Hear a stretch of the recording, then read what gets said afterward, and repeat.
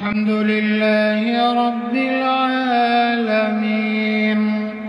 الرحمن الرحيم مالك يوم الدين إياك نعبد وإياك نستعين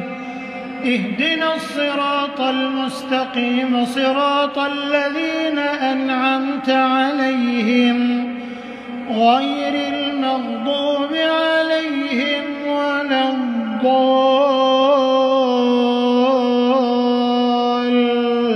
الضالين آمين. شهر رمضان الذي أنزل فيه القرآن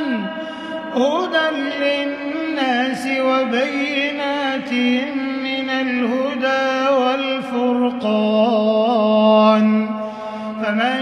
شهد منكم الشهر فليصم ومن كان مريضا أو على سفر فعدة من أيام أخر يريد الله بكم اليسر ولا يريد بكم العسر ولتكملوا العدة ولتكبروا الله على ما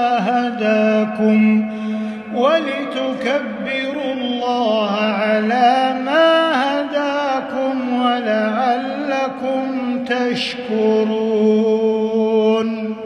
وإذا سألك عبادي عني فإني قريب